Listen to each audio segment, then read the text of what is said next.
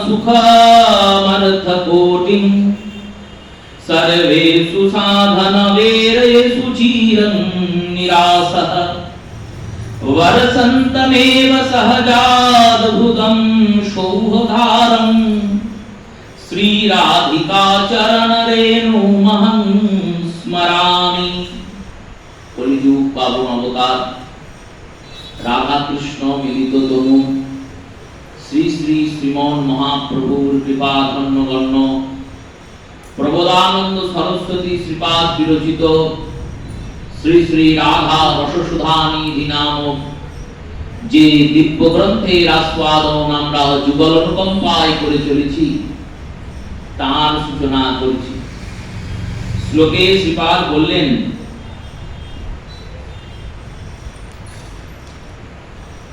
आमी आत्मीय स्वजन सम्बन्धीय सुख कोटि अर्थादिर आशा दूरे परिहार करे अनन्य साधन जाग यज्ञ तपस्यादिर आशा त्याग करे सहजोद्भूता आनंद धारा वर्षणकारी श्री राधार चरण रेणुके नित्य स्मरण करी।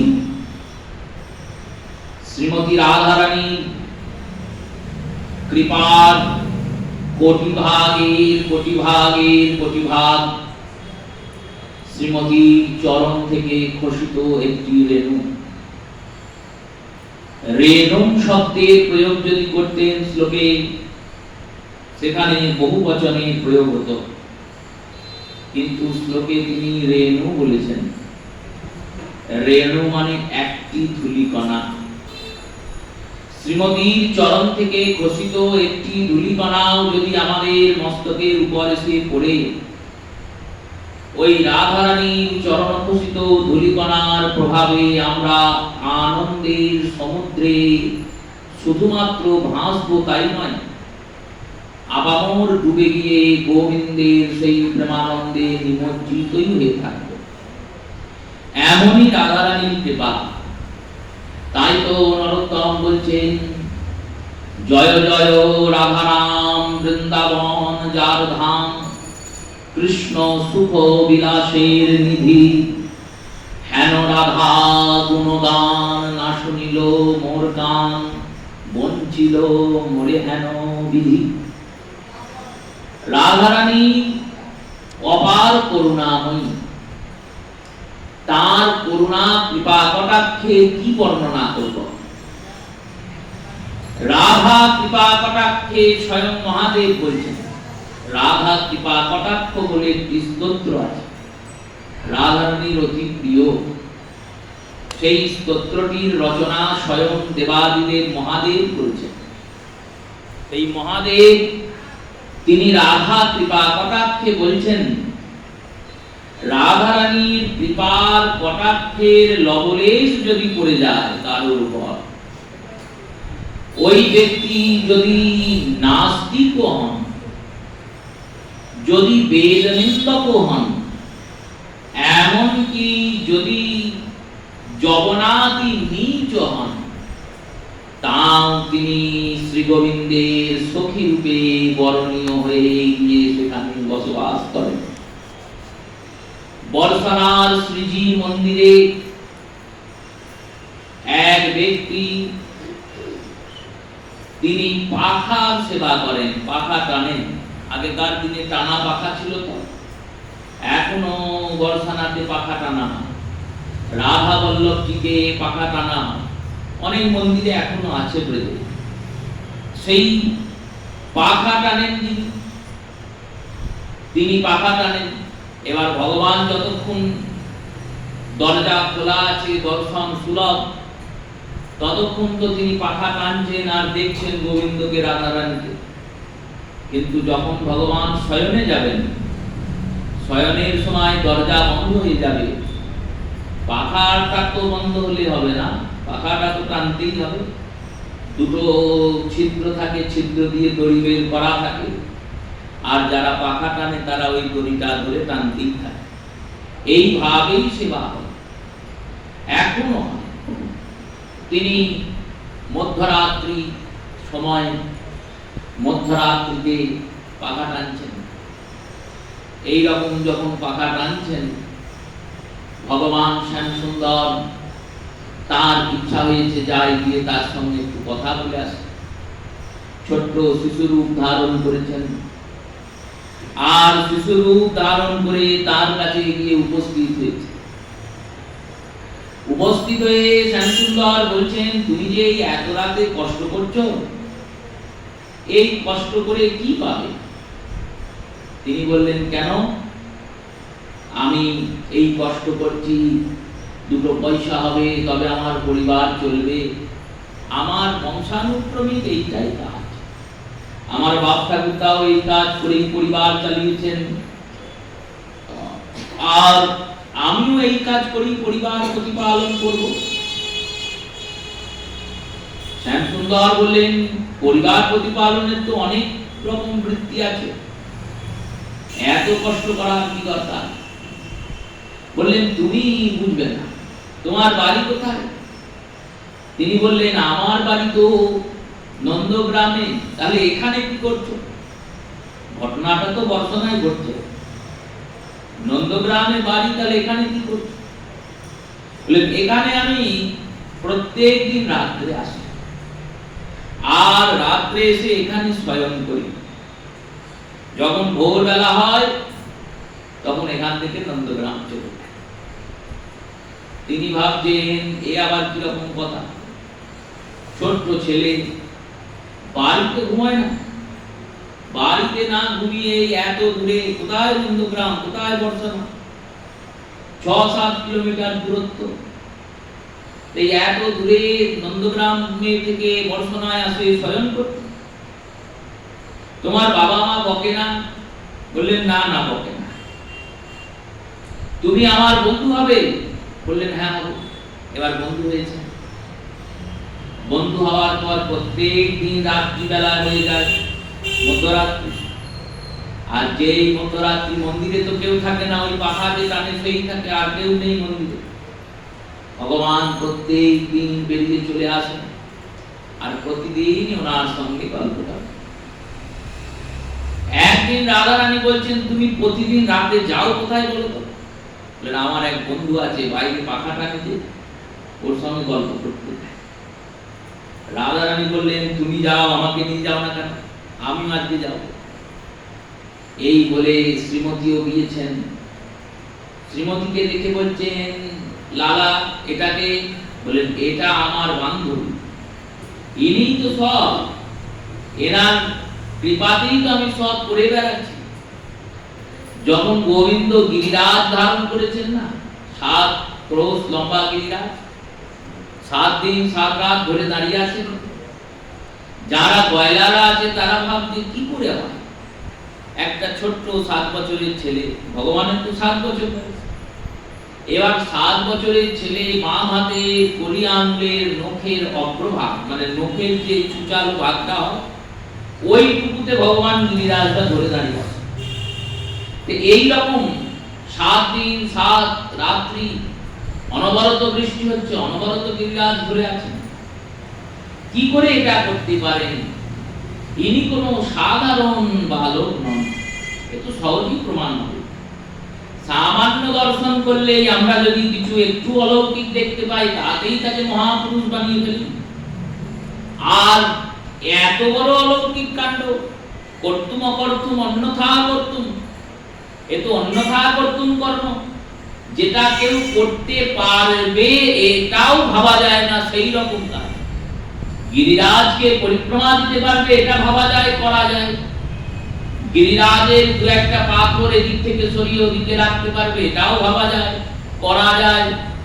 কিন্তু গিরিরাজকে কেউ তুলতে পারবে, বললো সে যদি শাস্ত্রীয় প্রমাণ দেখেন যে হনুমানজি পর্বত তুলেছিলেন, ওইরকম যদি কারোর সামর্থ্য শক্তি থাকে সে পর্বত তুলতে পারে।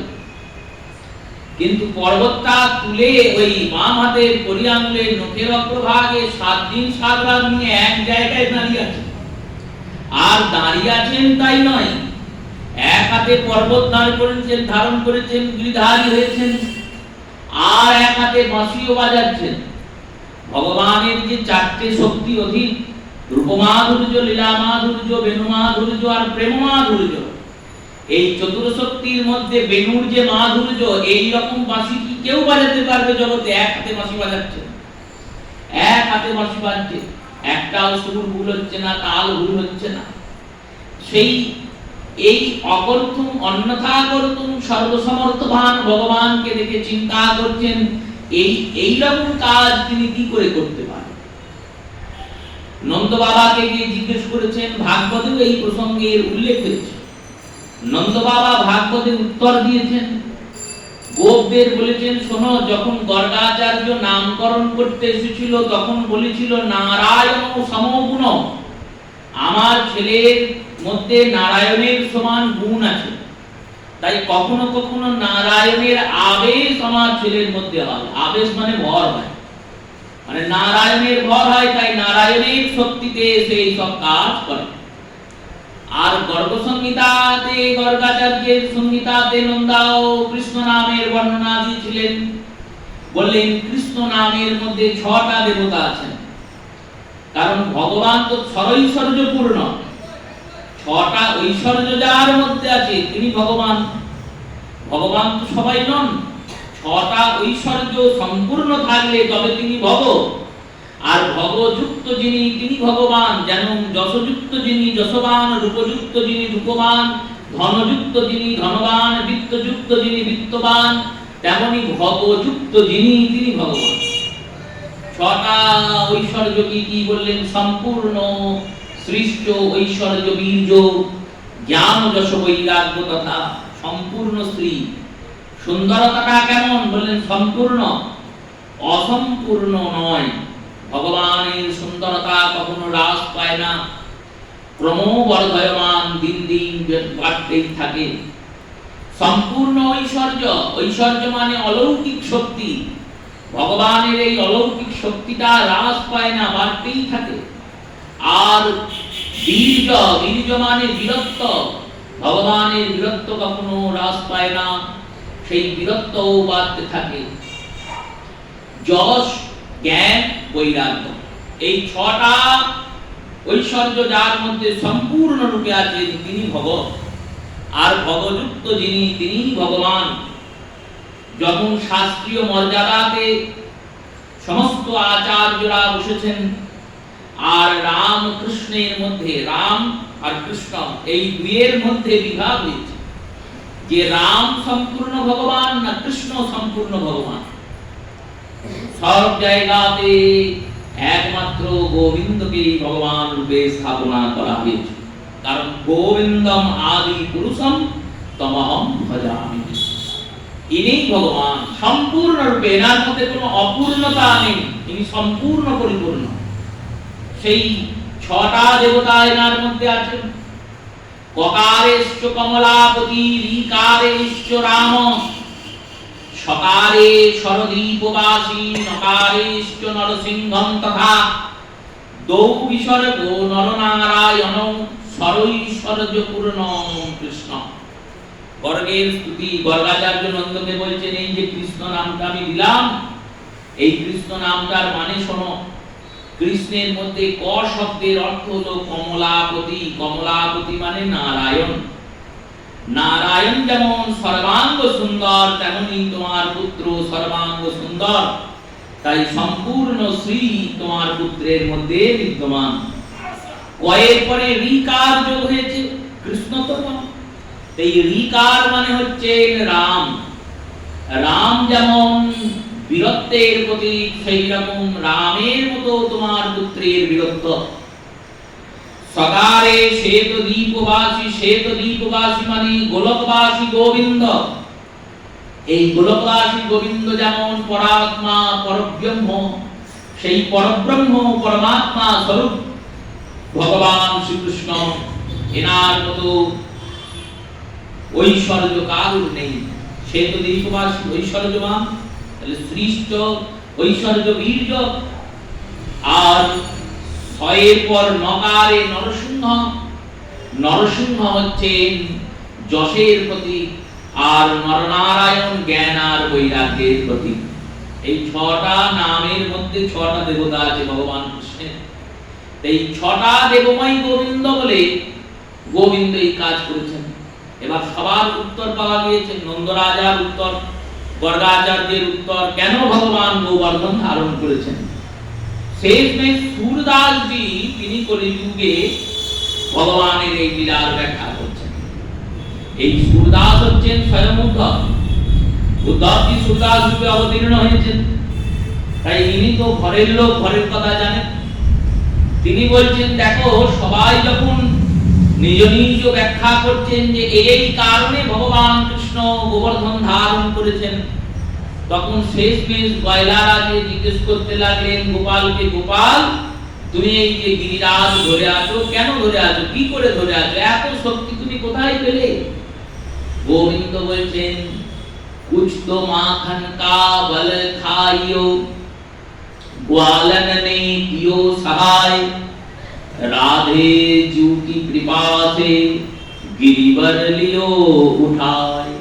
বললেন कुछ तो माखन का बल बारियो, মাখন খেয়েছি ছোটবেলায় চুরি করে, সেই মাখন আমাকে অনেকটা বল দিয়েছে। আর গোয়ালন নে কিও সহায়, মানে গয়লারা আমাকে সাহায্য করেছে লাঠি দিয়ে। আর আসল কথা কি জানো, বললেন কি না, রাধে জু কি কৃপা সে, রাধা রানীর কৃপাতে আমি গিরিরাজ ধারণ করেছি। তাই গোবিন্দের যতেক লীলা, সব লীলাতে তিনি শক্তিমান, কিন্তু শক্তি হচ্ছেন রাধা রানী, সেই শ্রীমতী রাধা রানী। তিনি আজকে গোবিন্দকে বলছেন তুমি প্রতিদিন যাও, আমাকে নিয়ে যাও না, আজকে আমি যাব। এসেছেন দুইজনে। এবার দুইজনে যখন এসেছেন, এসে দাঁড়িয়েছেন, তখন সেই পাখা চালাচ্ছেন তিনি বলছেন এনার নাম কি? তিনি বললেন আমার অনেক নাম, তুমি কোন নামটাতে আমাকে ভালোবাসে ডাকবে বলো। বললেন তোমাকে কি বলে ডাকলে তুমি সব থেকে বেশি খুশি হও? শ্রীমতী বললেন আমাকে কানুপ্রিয়া বলে ডাকলে আমি সব থেকে বেশি খুশি হই, কারণ কানুর প্রিয়া তো আমি, কানুপ্রিয়া বলে ডাকবো। কানুপ্রিয়া বলে ডাকছেন। এবার রাধা রানী আর গোবিন্দ চলে যাবেন, মঙ্গলারতির সময় হয়ে আসছে, পুরোহিতরা ঢুকবে। গোবিন্দ আর রাধা রানী বলছেন এবার আমরা আসি। যাচ্ছেন, রাধা রানী গোবিন্দের হাতটা টেনে ধরলেন, বললেন আমি তো যেতে পারবো না। কেন? দেখো তুমি এতদিন ধরে এসেছো, প্রায় 1 মাস ধরে প্রত্যেক দিন তুমি এসেছো, কিন্তু এসেছো আর গিয়েছো, একে কিছুই দিয়ে যাওনি। কিন্তু আজকের ব্যাপারটা আলাদা, আজকে আমি এসেছি তোমার সঙ্গে, তাই আমি যদি খালি হাতে চলে যাই, একে কিছু না দিয়ে, আমার নামের অমর্যাদা হবে। আমি কেমন বললো, আমি 2 হাতে প্রেম বিতরণকারিণী, 2 হাত দিয়ে আমি প্রেম লুটিয়ে দিই। যারা অভক্ত তাদেরকে ভক্ত করি না, তাদের একবারে কৃষ্ণ দাসী করে কৃষ্ণের চরণে বসি। এইরকম তো আমার কৃপা, তাই আমি তো যেতে পারবো না। ওই পাখা করছিলেন, তাকে বললেন তোমাকে আজ থেকে আর এখানে পাখা করতে হবে না, তুমি আমাদের সঙ্গে চলো। এই বলে ওনাকে সখী রূপে নিয়ে গিয়ে কুঞ্জে স্থান দিয়ে দিলেন। দেখুন রাধা রানী একবার শুধু এসেছেন বলে এই কাজ তিনি করলেন। সেই রূপে তিনি অপার করুণাময়ী, সেই অপার করুণাময়ীর চরণ থেকে খসিত একটি ধুলা, তার মূল্য যদি নির্ধারণ করতে বসা হয়, ব্রহ্মা চিন্তন করতে করতে পাগল হয়ে গেছে। মনে মনে ভাবছেন আমি কি করে শ্রীমতীর কৃপার তুলনা কার সঙ্গে দেব? দেওয়া কি সম্ভব? সম্ভব নয়, এই অসম্ভব ব্যাপার। রাধা রানীর চরণের মহিমার কি বলবেন? জগতের যত রসশাস্ত্রকারগণ আছেন, যাদের রসবোধ আছে, তারা জানেন নায়কার নায়িকার অভিসার, মিলনোৎকণ্ঠা, মিলন বিরহ, এই নিয়েই রসশাস্ত্রের নির্মাণ। প্রত্যেক শাস্ত্রেই নায়ক আছে, নায়িকা আছে। যেমন কুমার সম্ভবে শ্রী মহাদেব নায়ক, দেবী পার্বতী নায়িকা, রঘুবংশমে রামচন্দ্র নায়ক, সীতা দেবী নায়িকা। এই প্রত্যেক শাস্ত্রেই তো নায়ক নায়িকা আছে। কোথাও নল রাজা নায়ক তো দময়ন্তী নায়িকা, এক এক নাটকে এক এক সাহিত্যে এক একজন নায়ক এক একজন নায়িকা। কিন্তু জয়দেব যখন গীত গোবিন্দম লিখছেন, এখানে জয়দেব গোবিন্দকে রাধারানীর চরণে এনে ফেলে দিলেন। রাধারানীর চরণে এসে গোবিন্দ পড়ছেন আর পরে বলছেন স্মরগরল খণ্ডনং মম শিরসি মুণ্ডনং দেহি পদমুদারম। তোমার ওই উদার চরণটি আমার মস্তকে স্থাপন করে আমার যে তীব্র বিরহ জ্বালা, সেই বিরহ জ্বালাটাকে কমিয়ে দাও। গোবিন্দ কি সবার চরণ ধরতে চান? এখানে অনেক টিকাকার বলেছেন, দেখো যখন কোনো নারীর মান হয়, সেই মানকে দূর করার জন্য 7টা প্রকরণ আছে। সাম দাম দণ্ড ভেদ, এই 4টি তো আছেই নীতি। তার সঙ্গে সঙ্গে পারিতোষিক মানে পুরস্কার দান করে তার মানকে খণ্ডন করা, ক্ষমা প্রার্থনা করে তার মানকে খণ্ডন করা, অথবা মৃত্যুর ভয় দেখিয়ে তার মানকে খণ্ডন করা, অথবা আশ্চর্য কিছু বস্তু দিয়ে সেই রমণীকে হাসিয়ে তার মান খণ্ডন করা। এই রকম 8 প্রকারের মান খণ্ডন করার বিধি আছে। আর সর্বগুণনিধি গোবিন্দ সবই জানেন, কিন্তু এই কাজ তো তিনি সত্যভামার ক্ষেত্রে করছেন না, এই কাজ তো তিনি রুক্মিণীর ক্ষেত্রে করছেন না, এই কাজ তো জাম্বুবতী লক্ষ্ণজিতা আদি যে মহিষীগণ আছেন তারকা মান তো রাধারানী একা করেননি, সত্যভামাও মান করে বসে আছেন। গোবিন্দ গিয়ে বলছেন, ভামা কি হয়েছে? সত্যভামা বলছেন, আপনি আমার সঙ্গে গেলেন ইন্দ্রের সভায়, ইন্দ্রের সভায় গিয়ে মা অদিতির কুণ্ডল মাকে ফেরত দিলেন নরকাসুর বধের পর। আর দেবরাজ ইন্দ্র আপনাকে একটা পারিজাত ফুল উপহার দিল, আপনাকে দিল, কোনো অসুবিধা নেই, আপনি এনে রাখলেই পারতেন। সেই ফুলটা 16,108টা রানীর মধ্যে রুক্মিণী দেবীকে কেন দিলেন? যদি দেওয়ারই হতো তাহলে আমি আপনার সঙ্গে যুদ্ধে গিয়েছি, সাহায্য করেছি, আমাকে দিতেন, দিদিকে কেন দিলেন? ভগবান কই এখানে তো সত্যভামার চরণ ধরলেন না।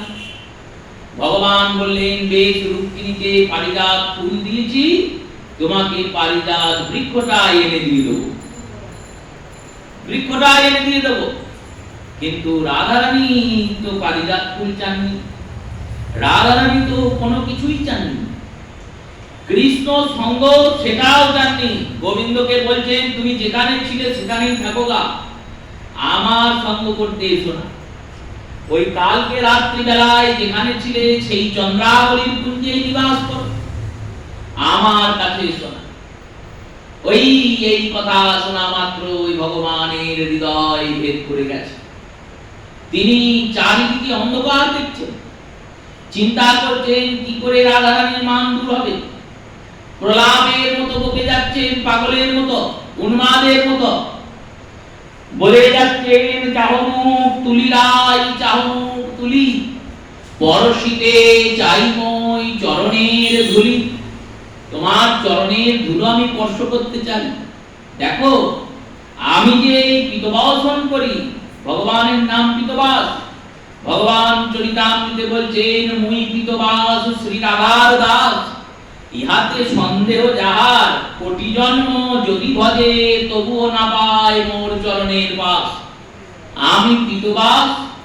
আর পিতবাস কেন বলেন? দেখো, যেমন চাকরিজীবীরা একটা করে ইউনিফর্ম পরে, যে ব্যক্তি উকিল সে একটা ইউনিফর্ম পরে, ডাক্তারের একটা ইউনিফর্ম আছে। আমি কালো, আমাকে হলুদ পরলে দেখতে ভালো লাগে তাই আমি হলুদ পরি তা নয়। তাহলে বলেন আমি পিতবাস এই কারণে, আমি পিতবাসিনী রাধারানীর দাস, তো তাই স্বামিনীর রঙে রঞ্জিত হয়েছি বলে পীত রঙের বসনকে ধারণ করি। মুই পিতবাস শ্রী রাধার দাস, ইহাতে সন্দেহ যাহার, কোটি জন্ম যদি ভজে তবুও না পায় চরণের বাস। পদে পদকর্তা বলছেন, চাহমুখ তুলি বিদায় চাহমুখ তুলি, পরশিতে চাইময় চরণের ধুলি। পিয়া পিঙ্গল মোর তুয়া অভিলাষে, তোমার জন্যই আমি এই পীতবসন ধারণ করেছি। আর ছাড়য়ে পরাণ যদি ছাড়ো নিঃশ্বাসে, তুমি যদি দীর্ঘ নিঃশ্বাস ছাড়ো তাহলে আমার প্রাণটা বেরিয়ে চলে যায়। এই রকম করে কি কোনো নায়িকার কাছে গিয়ে বিনতি কাকুতি করছেন? জয়দেব লিখছেন, লিখতে লিখতে ভাবলেন আমি কি লিখে ফেললাম, ভগবান আসবেন একটা গোয়ালিনীর চরণ ধরতে, এ কি হয়? ভগবান বললেন অবশ্যই হয়, তাই তিনি জয়দেব রূপে নিজে গিয়ে সেই কাব্যকে পূরণ করছেন। এই রাধারানীর চরণের মহিমা এত মহিমন্ত কেন? বলেন এই চরণ যদি কেউ স্পর্শ করে, যেমন পরশমণির স্পর্শে লোহা তৎক্ষণাৎ স্বর্ণ হয়ে যায়। পরশমণি যেই না লোহাকে স্পর্শ করলো, অমনি লোহা সোনা হয়ে গেল। এটা পরশমণির গুণ। তেমনি শ্রী রাধারানীর এই যে চরণপদ্ম, এই চরণপদ্ম হচ্ছে প্রেম সিন্ধু স্বরূপ। রাধারানীর চরণের চিন্তন করলেই তুমি প্রেম পেয়ে যাবে, এমনই তার চরণের মাহাত্ম্য। সেই প্রেম সিন্ধু স্বরূপ চরণ, সেই সিন্ধুর একটা বিন্দু চাইছেন মহাজন। বলছেন আমি তো স্মরণ করতে পারবো না, যদি একটা বিন্দু পাই, ওই চরণ থেকে খসে পড়া যদি একটা ধূলিকণা আমি পাই। ব্রহ্মা অভিলাষ করছেন, ব্রহ্মা মনে মনে চিন্তা করছেন যদি আমি ওই রাধারানীর খসিত চরণ রেণুর একটু অংশ পাই। এমনই কৃপাময়ী যুগে যুগে, শুধু যে দাপরে এই লীলা হয়েছে তা নয়, যুগে যুগে এই লীলা। বঙ্কু বিহারীর কাছে এক সেবক থাকেন, তিনি রাধারানীকে নিজের মেয়ে জ্ঞান করেন আর কৃষ্ণকে নিজের জামাই জ্ঞান করেন। মেয়ে আর জামাই, যেমন গোপাল যদি আপনার পুত্র হয় তাহলে রাধারানী পুত্রবধূ হবে, তেমনি তিনি কিশোরীজিকে মেয়ে জ্ঞান করেন। কিশোরীজি যদি মেয়ে হয় তাহলে জামাই হবেন গোবিন্দ। তাকে তার গুরুদেব পাঠিয়েছেন নন্দগ্রামের একটা কাজে।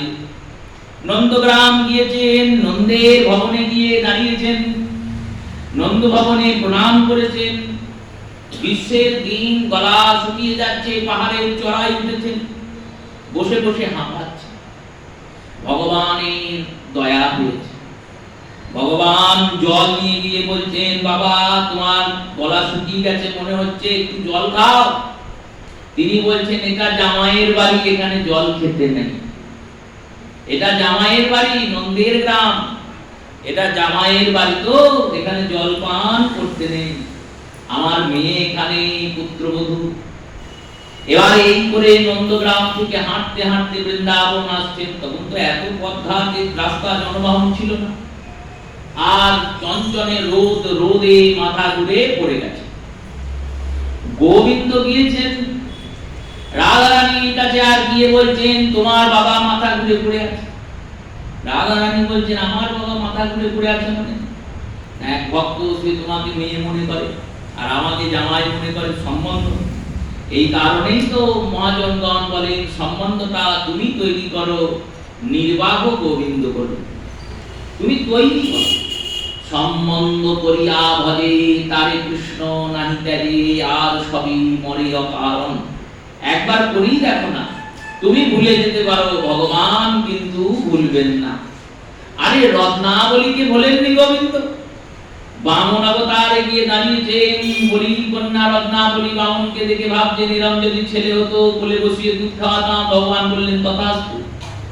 আর যেই সব নিয়ে নিয়েছে, অগ্নি রাগ হয়েছে, আমার বাবাকে ভিখারি করে দিলে। কোথায় আমার বাবা 14 ভুবনের রাজা ছিল, আর 3 পায়ে জমি যে সব নিয়ে বাবাকে ভিখারি করে আবার বেঁধে রেখেছে। বাবা রাগ হয়েছে, মনে মনে ভাবছেন এরম ছেলে হলে বিষ দিয়ে মেরে দিতাম।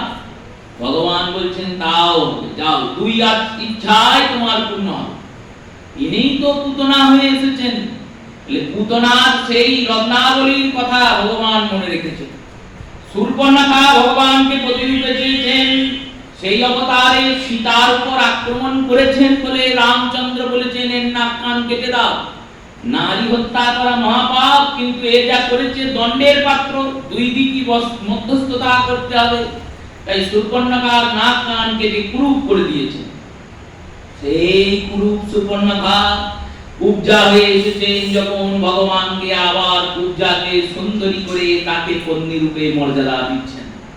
তুমি সম্বন্ধটা তৈরি করো। চন্দ্রাবলীর কুঞ্জের পার দিয়ে প্রতিদিন চলে যান গোবিন্দ, কোনোদিন দাঁড়ান না। একদিন গোবিন্দকে ধরতে পেরে গিয়ে যাচ্ছা, কোনোদিন ধরতে পারলো না, আজ বললো কি করে? বললো আজকে গোবিন্দ ভাবছে চন্দ্রাবলীকেও একদিন তো সুযোগ দিতেই হবে। চন্দ্রাবলীও তো ভক্ত, তাকেও তো একদিন সুযোগ দিতে হবে। সেই সুযোগের জন্য ভগবান সম্বন্ধকে রক্ষা করেন। রাধারানীকে গিয়ে যেই বলেছেন, অমনি রাধারানী ছোট্ট লালি হয়ে গিয়ে তার সেবা করছেন। এইরকম করুণা শ্রীমতী রাধারানী, এইরকম করুণাময়ী তিনি। সেই করুণাময়ী চরণে প্রার্থনা করছেন, মহাজনগণ তোমার চরণ থেকে খসিত একটা ধূলিকণা যদি আমাদের উপর এসে পড়ে, তাহলেই আমরা প্রেম পেয়ে যাব। করবে কি করে? এই যে ধূলিকণাটা পাবো, করবে কি করে? ওই কারণেই বলছেন শ্রীরাধিকাং চরণ রেণু স্মরামি। রাধারানীর স্মরণের দরকার নেই, রাধারানীর ওই পাদ পদ্মের চরণের রেণুটা স্মরণ করো। যদি ওই চরণের রেণুটা স্মরণ করতে পারো, তাহলেই তুমি রাধারানীর চরণের রেণু স্মরণ করে কৃষ্ণ প্রেম প্রাপ্তি করবে। তাই ওই রাধা চরণে যাতে রতি হয়, মতি হয়, সর্বশেষ যুগল চরণে যাতে গতি হয়, এই উপবিলাস যুগলের চরণে জানিয়ে প্রত্যেক শ্রোতা মাতা ভক্ত বৈষ্ণব চরণে প্রণাম পূর্ব অদ্যকাল হরিকথা অবসর দিলাম। শ্রী গুরু প্রেমানন্দ সুতানাথিতায় গৌর হরি বল। জয় জয় রাধে কৃষ্ণ গোবিন্দ।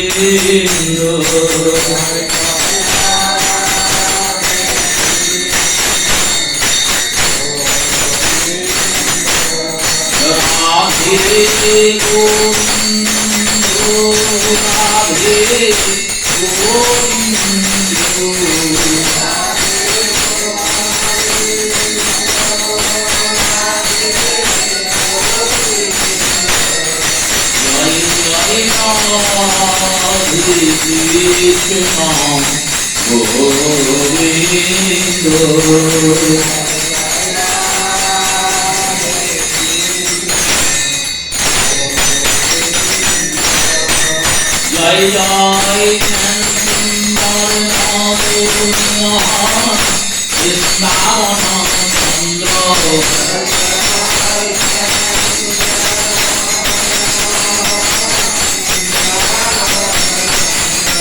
জয় জয় রাধারমণ বিহারী গোকুলানন্দ।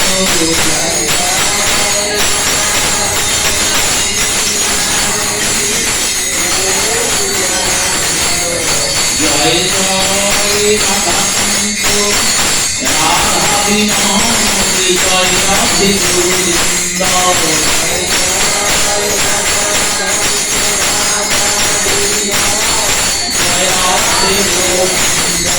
জয় জয় রাধে চোরি মহিনী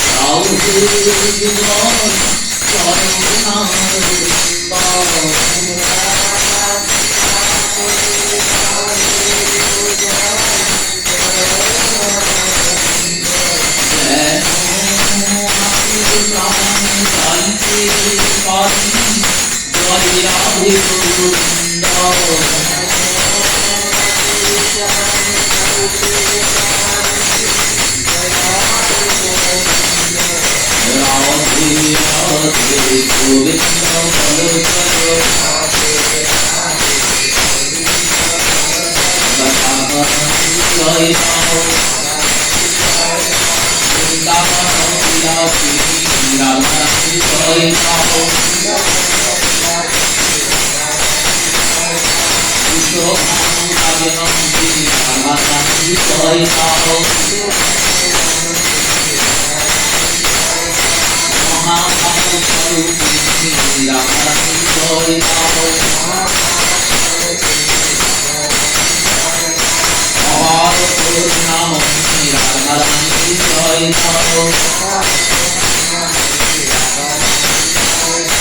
রামদেবী জয় রাম রাধে সদা করতুলে রাম জয় রাম রাধে সদা করতুলে রাম জয় রাম পরিত্রাণান্তে বাহুতুলে রাম জয় রাম জয় রাধে জয় রাধে জয় রাধে জয় রাধে জয় রাধে জয় রাধে জয় রাধে